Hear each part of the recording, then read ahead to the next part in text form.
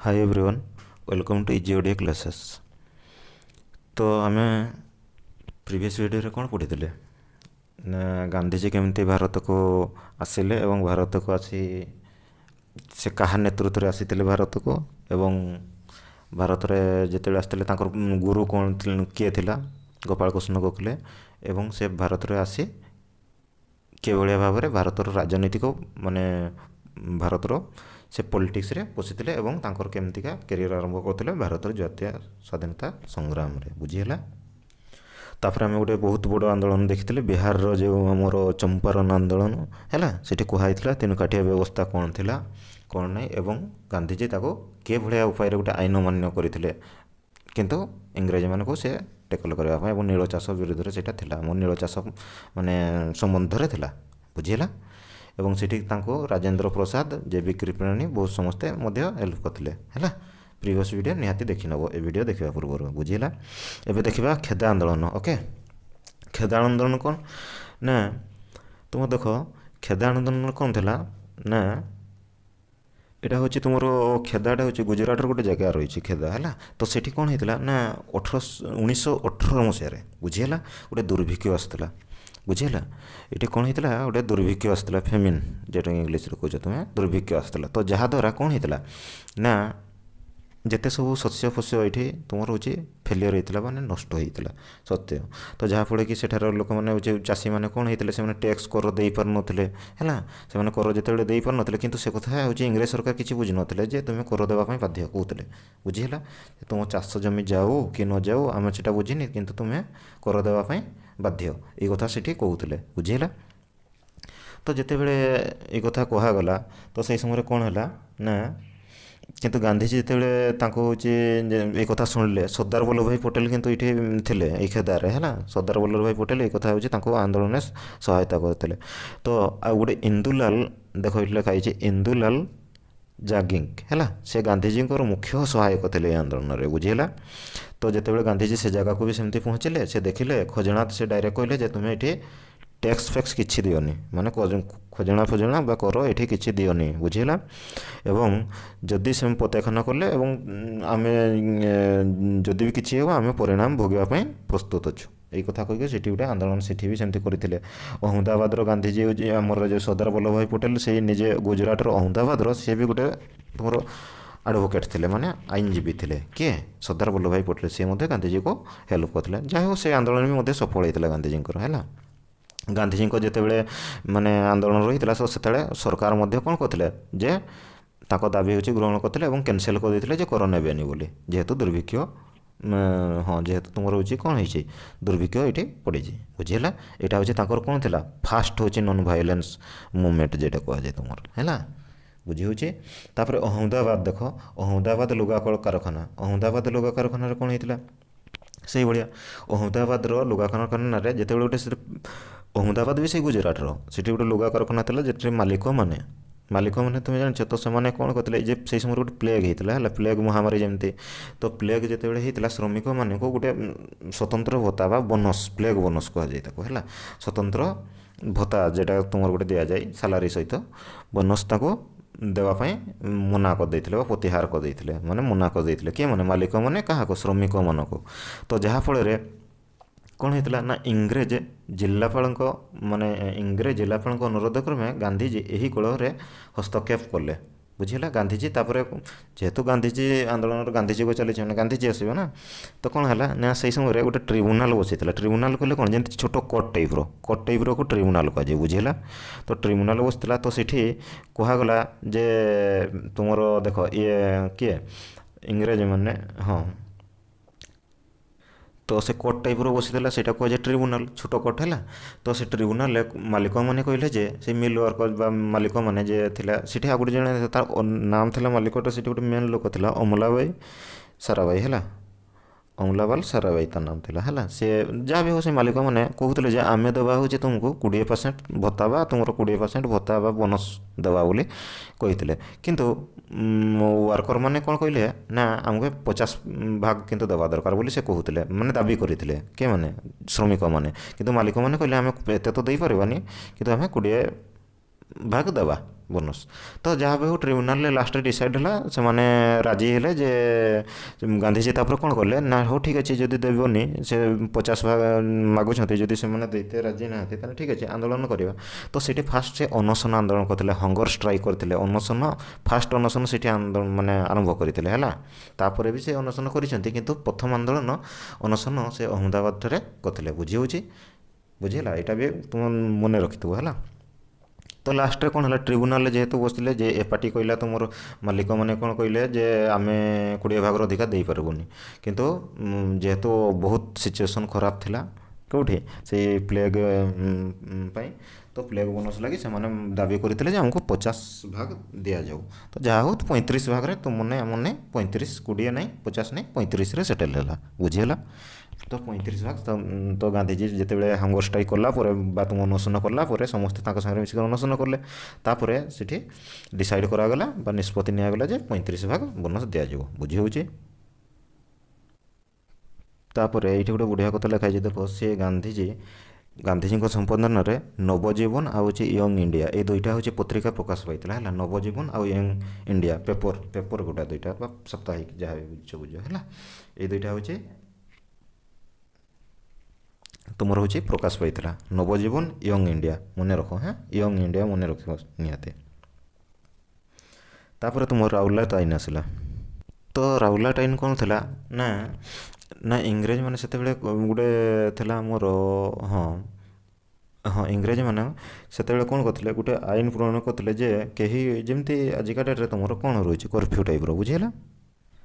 ତ ସେଠି କ'ଣ ହେଇଥିଲା ନା ଯାହା ବି ହଉ ସେ ଚମ୍ପାରଣ ଆଉ ଖେଦା ଏଇ ଅହମ୍ମଦାବାଦ ଏଇ ତିନିଟାରେ ଯେ ଗାନ୍ଧିଜୀ ଆନ୍ଦୋଳନ କଲେ ନା, ତ ସେଇ ଯେଉଁ ଆନ୍ଦୋଳନକୁ ଦେଖିକରି ଏଇ ଯେଉଁ ଲୋକମାନେ ତାଙ୍କର ଗାନ୍ଧିଜୀଙ୍କ ପ୍ରତି ଗୋଟେ ବିଶ୍ୱାସ ଆସିଯିବ, ଅବଭିୟସ୍ଲି ଆସିବ ନା। ସେତେବେଳେ ଯଦି ତିନିଟା ଯାକ ଆନ୍ଦୋଳନ ପାଖାପାଖି ହେଇଥିଲା ହେଲା, ତୁମର ମାନେ ତିନିଟା ଯାକ ଆନ୍ଦୋଳନ ହିଁ ବଡ଼ ବଡ଼ ଆନ୍ଦୋଳନ ଥିଲା ଆଉ ସଫଳ ବି ହେଇଥିଲା। ତ ତେଣୁକରି ଗାନ୍ଧିଜୀଙ୍କ ଉପରେ ଗୋଟେ ଆସ୍ଥା ଲୋକମାନଙ୍କର ରହିଯାଇଥିଲା। ବୁଝିହେଲା। ତ ବ୍ରିଟିଶ ବିରୁଦ୍ଧରେ ସେ ଆନ୍ଦୋଳନ ପାଇଁ ସେ ଆହୁରି ତାଙ୍କୁ ବି ଗୋଟେ ମୋଟିଭେସନ୍ ମିଳିଥିଲା ଯେ ଠିକ୍ ଅଛି ତାହେଲେ ବ୍ରିଟିଶ ବିରୁଦ୍ଧରେ ଆହୁରି ବି ଭଲସେ ଆନ୍ଦୋଳନ କରାଯିବ। ତ 1919 ଇଂରେଜ ସରକାରଙ୍କ ଦ୍ୱାରା ପ୍ରଣୀତ ରାଉରକେଲା ଆଇନ ବିରୋଧୀ ଆନ୍ଦୋଳନ ଥିଲା ଗାନ୍ଧିଜୀଙ୍କର ପ୍ରଥମ ଜାତୀୟ ସ୍ତରୀୟ ଆନ୍ଦୋଳନ। ସେ ନ୍ୟାସନାଲ୍ ଲେଭେଲରେ, ଏଇଟା ତ ଛୋଟ ମୋଟ ଆନ୍ଦୋଳନ ତିନିଟା କରିଥିଲେ ହେଲା, ତ କିନ୍ତୁ ଇଂରେଜମାନଙ୍କ ଉପରେ ଗୋଟେ ନ୍ୟାସନାଲି ଭାବରେ ଗୋଟେ ଜାତୀୟ ସ୍ତରରେ ମାନେ ଗୋଟେ ବହୁତ ବଡ଼ ଟାଇପ୍ର ଆନ୍ଦୋଳନ ଏଇଠି ସେ କରିଥିଲେ। କେଉଁଠି? ରାଉରକେଲା ମାନେ ଆନ୍ଦୋଳନଟା। ବୁଝିହେଲା। ରାଉରକେଲାର ଗୋଟେ ଆଇନ ଥିଲା। ରାଉରକେଲା ଆଇନରେ କ'ଣ କୁହାହେଉଥିଲା ନା ସେଠି, ହଁ ସେଠି ଲେଖା ହେଇଛି ଦେଖ, ଏଇଠି ତୁମର ସେତେବେଳେ ଗୋଟେ ଆମର ମାନେ ପାସ୍ ହେଇଥିଲା ଗୋଟେ, ସେଟା କୁହାଯାଏ ଭାରତୀୟ ମାନେ ଗଭର୍ଣ୍ଣମେଣ୍ଟ ଇଣ୍ଡିଆ ଆକ୍ଟ ହେଉଛି 1919 ବୋଲି ଗୋଟେ ପାସ୍ ହେଇଥିଲା। ବୁଝିହେଲା। ତ ସେଇଟାକୁ ସେମାନେ ବିରୋଧ କରୁଥିଲେ, ନିନ୍ଦା କରୁଥିଲେ। ବୁଝିହେଲା। ସେଠି ଆହୁରି ବହୁତ ଜଣ ମେମ୍ବର ଥିଲେ ତୁମର ମାନେ ଟିଭି ସାଫରୁକୋ କିମ୍ବା ଜୟକାର କିମ୍ବା ହେଉଛି ଚିନ୍ତାମଣି, ଏଇସବୁ ମାନେ ସବୁ ଆକ୍ଚୁଆଲି ସେ ପାର୍ଟି ବି ସେମାନେ ଛାଡ଼ି ଦେଇଥିଲେ ହେଲା। ତ ସେଠି କ'ଣ ହେଇଥିଲା, ହଁ ସେ ଗୋଟେ ରାଉରକେଲା ଆଇନ ପ୍ରଣୟନ କରାହେଇଥିଲା ହେଲା। ତ ସେଠି ହେଉଛି ଲୋକମାନେ କ'ଣ ପାଇଁ ସେଠି ମାନେ ଅସନ୍ତୋଷ ପ୍ରକାଶ କରୁଥିଲେ ନା ପ୍ରଥମ ବିଶ୍ୱଯୁଦ୍ଧ ଯେଉଁ ତୁମର ହେଇଥିଲା 1914ରୁ 1918 ଯାକେ। ବୁଝିହେଲା। 1914ରୁ 1918 ଯାଏଁ ହେଇଥିଲା। ତ ସେତେବେଳେ କୁହାହେଇଥିଲା ଯଦି ଆମର ଏଇ ଭାରତ ହେଲା ଇଂରେଜମାନଙ୍କୁ ମିତ୍ର ଶକ୍ତିକୁ ଯଦି ବହୁ ଭାବରେ ସାହାଯ୍ୟ କରିଥିଲା ଏବଂ ତାଙ୍କୁ ଆଶା ଦିଆହେଇଥିଲା ଭାରତୀୟମାନଙ୍କୁ ଯେ ତୁମେ ହେଉଛି ଯୁଦ୍ଧ ସରିଲା ପରେ ହିଁ ତୁମକୁ ତୁମର ରାଜନୈତିକ ଯାହା ବି ଦାବି ରହିଛି, ତୁମର ଦାବି ତୁମର ଯାହା ବି କହୁଛ ଯେ ସ୍ୱାଧୀନତା କରିବା ତୁମକୁ ଆଉ କିଛି ଯାହା ବି ତୁମ ଦାବି ରହିଛି ସେସବୁ ଦାବିକୁ ପୂରଣ କରାଯିବ ବୋଲି ଗୋଟେ କୁହାହେଇଥିଲା। କିନ୍ତୁ ସେସବୁ ହେଇନଥିଲା। ଏହାର ବିରୁଦ୍ଧରେ ବି ସେମାନେ ରହିଥିଲେ, ସମସ୍ତେ ହେଉଛି ରାଗିକିନା ରହିଥିଲେ ହେଲା। ଏବଂ ସେଇ ପାଇଁ ଲୋକମାନଙ୍କ ଭିତରେ ଗୋଟେ ଜାତୀୟତା ଭାବ ବହୁତ ଜୋରରେ ଆସିଥିଲା ଏବଂ ସେମାନେ ବିପ୍ଳବାତ୍ମକ ଭାବରେ ଗୋଟେ ଆନ୍ଦୋଳନ କରିଥିଲେ। ବୁଝିହେଲା। ତ ରାଉରକେଲାରେ ତ ଇଂରେଜ ସରକାର କ'ଣ କରୁଥିଲେ, ଏଇ ଯେଉଁ ମାନେ ବିଦ୍ରୋହ ଯେଉଁ ଲୋକମାନେ କରିଥିଲେ ତ ତାକୁ ଦମନ କରିବା ପାଇଁ ଗୋଟେ ରାଉରକେଲା ବିଚାରପତି ଗୋଟେ ସିଏ ଥିଲେ, ରାଉରକେଲା ଜଣେ ବିଚାର, ତାଙ୍କର ସଭାପତିତ୍ୱ ନେତୃତ୍ୱ ବା ଅଧ୍ୟକ୍ଷତାରେ ଗୋଟେ କମିଟି ଗଠନ କରାହେଇଥିଲା ହେଲା। ସେଇ କମିଟିର ସୁପାରିଶରେ ଯେଉଁ ଆଇନଟା ପ୍ରଣୀତ ହେଇଥିଲା, ମାନେ ତାଙ୍କର କହିବା ଅନୁସାରେ ଯେ ଆଇନଟା ବା ଲିଖିତ ଭାବରେ ଯେ ଆଇନଟା ହେଇଥିଲା ସେ ଆଇନଟାକୁ କ'ଣ କୁହାହେଉଥିଲା, ରାଉରକେଲା ଆଇନ। ବୁଝିହେଲା। ଏହି ଆଇନରେ କ'ଣ ହେଇଥିଲା ନା ଇଂରେଜ ସରକାର ଯେକୌଣସି ବି ଗୋଟେ ଭାରତୀୟ ଲୋକମାନଙ୍କୁ ସେ ଗିରଫ କରିକିରି ବିନା ମାନେ ତାକୁ ଯେମିତି ଆମେ ଧରାଯାଉ ତୁମେ ରାସ୍ତା ଯାଉଥିବ ତୁମକୁ ଗୋଟେ ପୁଲିସ ଟେକି ନେଇଗଲା ଏବଂ ଜେଲରେ ପକାଇଦେଲା, ତୁମର କିଛି କହିବାର ଅଧିକାର ରହିବନି। ତ ସେଇ ଜିନିଷଟା ସେଠି ହେଉଥିଲା। ତ ରାଇଲାଟ ଆଇନ ଅନୁସାରେ ମାନେ ଟୋଟାଲି କିଛି କାହାକୁ ପଚରାଯିବନି, ଯେଠି ବି ଟିକେ ଦେଖିଲେ କିଛି ମାନେ ଯିଏ ଯାଉଥିବ କିଛି କରୁଥିବ ତ ତାଙ୍କୁ ଏକଦମ କ'ଣ କରାହେଉଥିଲା, ଗିରଫ କରି ନିଆହେଉଥିଲା ବିନା ବିଚାରରେ, ବୁଝି ହେଉଛି। ଏବଂ ଏହାଦ୍ୱାରା କ'ଣ ହେଉଥିଲା, ଏବଂ ସେ ଯାହା ବି ହେଉ ସେଇପାଇଁ ହେଉଛି ଗାନ୍ଧିଜୀ 1919 ତୁମର ଫେବୃଆରୀରେ ଗୋଟେ ସତ୍ୟାଗ୍ରହ କମିଟି ଗୋଟେ ଗଠନ କରି ଏଇ ଆଇନକୁ ଅମାନ୍ୟ କରିବା ପାଇଁ କହିଥିଲେ ହେଲା। ତ ଯେହେତୁ ଗାନ୍ଧିଜୀଙ୍କ ସବୁବେଳେ ସେ ଆଇନକୁ ଅମାନ୍ୟ କରୁଥିଲେ, ମାନେ ସେ ଗୋଟେ ରାଇଟ୍, ଏଇଟା ତ ଠିକ୍ ନଥିଲା ଲୋକମାନଙ୍କ ପାଇଁ ବହୁତ, ମାନେ ଯାହା ତୁମେ ଯଦି ଯାଉଥିବ ତୁମକୁ ଯଦି ରାସ୍ତାରେ ଟେକିକିନା ଯଦି ନେଇକିନା ଜେଲରେ ପୁରେଇ ଦେବେ, ମାନେ ଏଇଟା ଗୋଟେ ବହୁତ ମାରାତ୍ମକ କଥା। ତେଣୁ ଏହା ପାଇଁ ସେ ହେଉଛି ଗାନ୍ଧିଜୀ ନିଜେ ବିରୋଧ କରିଥିଲେ, ବୁଝି ହେଲା। ତ ଯେତେବେଳେ ଏଇ କଥା ହେଉଛି ନେଇକିନା ବିରୋଧ କରାହେଉଥିଲା, ତ ସେଇ ସମୟରେ କ'ଣ ହେଇଥିଲା, ଏଠି ଲେଖା ହେଇଛି ଦେଖ, ତୁମର 1919 ମସିହା ମାର୍ଚ୍ଚ ମାସ 19 ତାରିଖ ଯେଉଁ ଆଇନ ପ୍ରଣୟନ ହୋଇଥିଲା, ତ ଗାନ୍ଧିଜୀ ସେ ଦେଶବାସୀକୁ ଆହ୍ୱାନ ଦେଇଥିଲେ ଯେ ତୁମେ ଏଇ ଆଇନ ବିରୁଦ୍ଧରେ ଆନ୍ଦୋଳନ କର ବୋଲି।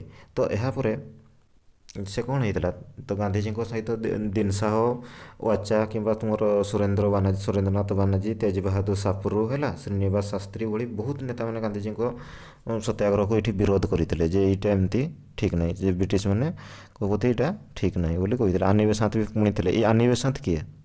ଆନି ବେସାନ୍ତ ଦେଖ ତୁମର ହେଉଛି, ସେ ହେଉଛି ଜଣେ ଆୟର୍ଲାଣ୍ଡର ଗୋଟେ ହେଉଛି ଲେଡ଼ିଜ୍। ସିଏ ହେଉଛି ଭାରତକୁ ଆସିଥିଲେ। ଦେଖ ସେ ଭାରତକୁ ସେ ହଁ ଏଇଟା ପଢ଼ିଥିବ ବୋଧେ, ହୋମ୍ ରୁଲ୍ ଲିଗ୍ ପଢ଼ିଥିବ ପ୍ରାୟ। ହୋମ୍ ରୁଲ୍ ଲିଗ୍ରେ ହେଉଛି ଆନି ବେସାନ୍ତ ହେଉଛି ନେତୃତ୍ୱ ନେଇଥିଲେ ଗୋଟେ ହେଲା, ହୋମ୍ ରୁଲ୍ ଲିଗ୍। ସେଥିରେ Bal Gangadhar Tilak home rule league ହେଲା।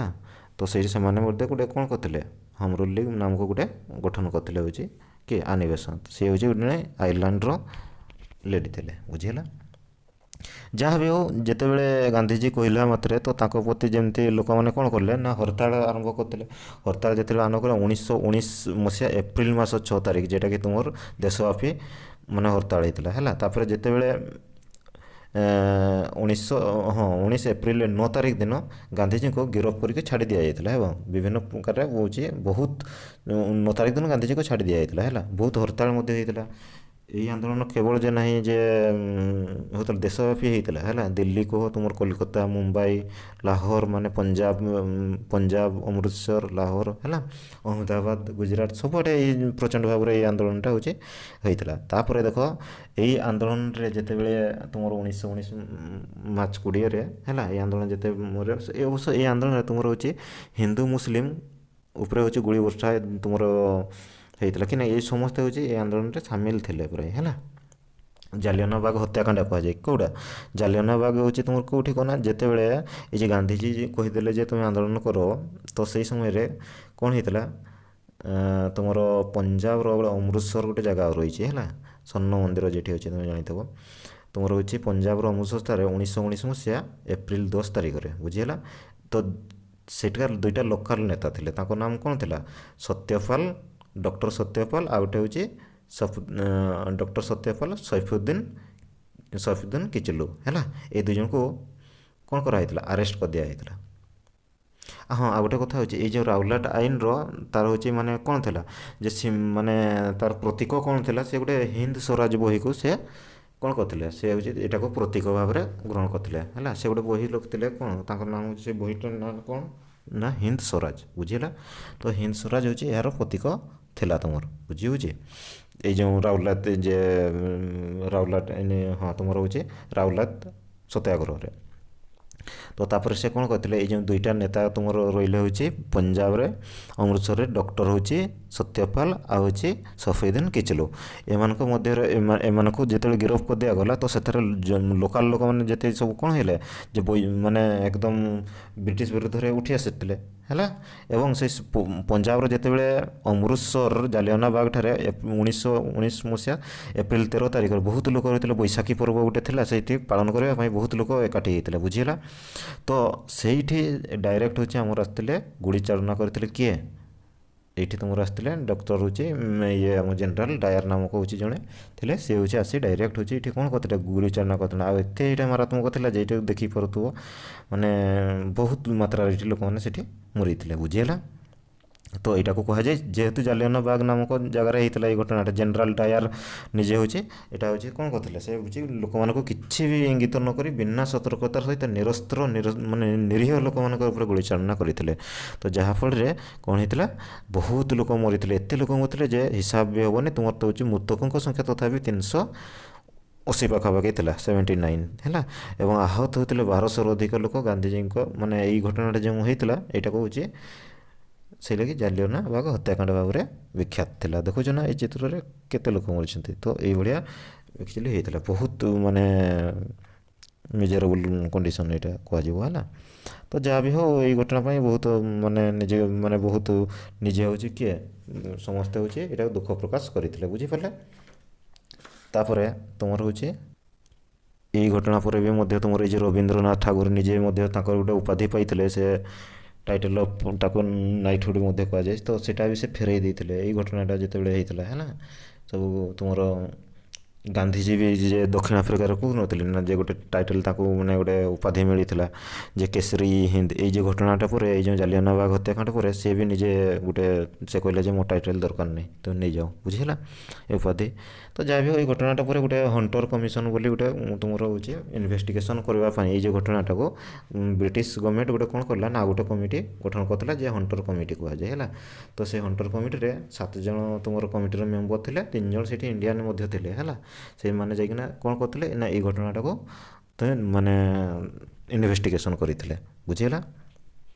ତ କଂଗ୍ରେସ ଯେଉଁ ଆମର ଭାରତୀୟ ଜାତୀୟ କଂଗ୍ରେସ ବି ରହିଥିଲା, ସେ ବି ନିଜ ତରଫରୁ ବି ମଧ୍ୟ କିଛି ଇନଭେଷ୍ଟିଗେସନ୍ କମିଟି ବି ଗଠନ କରିଥିଲା ହେଲା। କାହାର, ମୋତିଲାଲ ନେହେରୁ, ଯେ ଜବାହରଲାଲ ନେହେରୁ ତୁମର ତାଙ୍କର ବାପା ଯିଏ ଥିଲେ ହେଲା, ତାଙ୍କର ଫାଦର ଯିଏ, ତ ମୋତିଲାଲ ନେହେରୁ ତାଙ୍କର ଚେୟାରମ୍ୟାନସିପ୍ରେ ଆମର କଂଗ୍ରେସରୁ ବି ମଧ୍ୟ ଇନଭେଷ୍ଟିଗେସନ୍ କମିଟି କରାହେଇଥିଲା। ଆଉ ଏଇ ଯେଉଁ ଗାନ୍ଧିଜୀ ଯେ ପୂର୍ବରୁ ଥିଲା ନା, ତୁମେ ଜାଣିଛ କି ଯେ ନବଜୀବନ ଆଉ ହେଉଛି ୟଙ୍ଗ ଇଣ୍ଡିଆ ଏଇ ଯେ ନ୍ୟୁଜ୍ ପେପରଟା ହେଲା, ସେ ହେଉଛି ଏଇ ସମୟରେ ବି ପ୍ରାୟ ଲେଖିଥିଲେ ହେଲା, ବୁଝିହେଉଛି। ଏଇସବୁ ଘଟଣା ହେଉଛି ଦିଆହେଇଛି। ଦେଖ କାଇଜର ଇ ହିନ୍ଦ ଏଇଟା ହେଉଛି ଯେ ଲେଖା ହେଇଛି ସେଇଟା ବୋଧେ ହେଲା, କେଶରୀ ହିନ୍ଦ ବା କାଇଜର ଇ ହିନ୍ଦ। ରବୀନ୍ଦ୍ରନାଥ ଠାକୁର ବି ମଧ୍ୟ ତାଙ୍କ ନାଇଟ୍ ଏଇଟା ହେଉଛି କ'ଣ କହିଥିଲି ମୁଁ, ନାଇଟ୍ ଉପାଧି ଯେଉଁ ପାଇଲେ ଯେ ବା ଟାଇଟଲ୍ ଅଫ୍ ନାଇଟହୁଡ୍ ମଧ୍ୟ କୁହାଯାଏ ଏଇଟା ହେଲା। ସେ ଉପାଧି ବି ତ୍ୟାଗ କରିଦେଇଥିଲେ। ନିଜେ ଗାନ୍ଧିଜୀ କ'ଣ କହିଥିଲେ, ଦେଖ ଏଇଠି କ'ଣ, କୌଣସି ପ୍ରକାରରେ ଭାରତୀୟମାନେ ସରକାରଙ୍କ ହେଉଛି କ'ଣ, ସରକାରଙ୍କର ପୈଶାଚିକ ମାନେ ପ୍ରବୃତ୍ତିକୁ ଗ୍ରହଣ କରିବା ପାପ, ମାନେ ହେଉଛି ତାଙ୍କର ହେଉଛି ବୃତ୍ତିକୁ ଗ୍ରହଣ କରିବା ବି ମଧ୍ୟ ପାପ କଥା କହିଥିଲେ। ଏଇସବୁ କଥା ଘଟିଥିଲା ହେଲା। ଏସବୁ କଥା ତୁମେ ନିଜେ ପଢ଼ିବ, ୱାନ୍ସ ରିଡ଼ିଂ କରିବ, ସବୁ ଯେତିକି ହେଉଛି କହିଥିଲି। ଦେଖ ଚମ୍ପାରନ ଆନ୍ଦୋଳନରେ ଗାନ୍ଧିଜୀଙ୍କ ଭୂମିକା କ'ଣ ଥିଲା, ଭାରତୀୟ ଦକ୍ଷିଣ ଆଫ୍ରିକାରେ ଭାରତୀୟମାନେ ଶ୍ଵେତାଙ୍ଗମାନଙ୍କ କିପରି ଅତ୍ୟାଚାର ହେଉଥିଲେ କହିଛି ସବୁ। ଖେଦାରେ କେମିତିକା ହେଇଥିଲା, ତାର ଫଳାଫଳ କ'ଣ ହେଇଥିଲା। ତୁମର ହେଉଛି ଅହମ୍ମଦାବାଦ ଲୁଗାକଳ କଥା ବି କହିଲି। ଦେଖ ରାଉଲାଟ ଆଇନ କ'ଣ ଏବଂ ଏହା ବିରୁଦ୍ଧରେ ଭାରତୀୟମାନଙ୍କର ପ୍ରତିକ୍ରିୟା କିପରି ହେଇଥିଲା, ଏସବୁ କଥା କୁହାଯାଇଛି ହେଲା। ଗାନ୍ଧିଜୀ ଦକ୍ଷିଣ ଆଫ୍ରିକାରେ କେଉଁ ସ୍ଥାନକୁ ଯାଇଥିଲେ ଏବଂ କ'ଣ ପାଇଁ ଯାଇଥିଲେ, କିଏ ଯାଇଥିଲେ, କିଏ ଡାକିଥିଲା ତାଙ୍କୁ, କୁହାଯାଇଛି ଏସବୁ ନିଜେ ପଢ଼ିବ ହେଲା। କ୍ୱେଶ୍ଚନକୁ ବି ନିଜେ ପ୍ରାକ୍ଟିସ୍ କରିବ, ଏସବୁ ହେବ ହେଲା। ସବୁ 3 କାଠିଆ ବ୍ୟବସ୍ଥା କ'ଣ କୁହାହେଲା, ରାଉଲାଟ ଆଇନ କ'ଣ ଏସବୁ କୁହାହେଲା, ଜାଲିଆନା ହତ୍ୟାକାଣ୍ଡ କାହିଁକି ସଂଗଠିତ ହେଇଥିଲା, ଇଣ୍ଡିଆନ୍ ଓପିନିଅନ୍ ସମ୍ବାଦପତ୍ର କ'ଣ, ଏସବୁ ପଢ଼ିବ ନିଜେ ହେଲା। ଠିକ୍ ଅଛି, ଯଦି ଭିଡ଼ିଓ ଭଲ ଲାଗିଥାଏ ତାହେଲେ ଲାଇକ୍ ସେୟାର କରିବ, ଆଉ ହେଉଛି ଚ୍ୟାନେଲକୁ ନୂଆ ଆସିଥିଲେ ବି ସବସ୍କ୍ରାଇବ୍ କରିବ, ଆଉ ଭିଡ଼ିଓ ସାଙ୍ଗମାନଙ୍କ ସହିତ ସେୟାର କରିବ ହେଲା। Thank you. ନେକ୍ସଟ କ୍ଲାସ୍ରୁ ଦେଖା ହେବ।